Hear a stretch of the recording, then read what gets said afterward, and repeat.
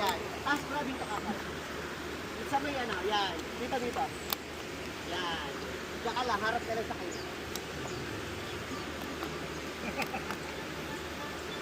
Papogi ka, bro.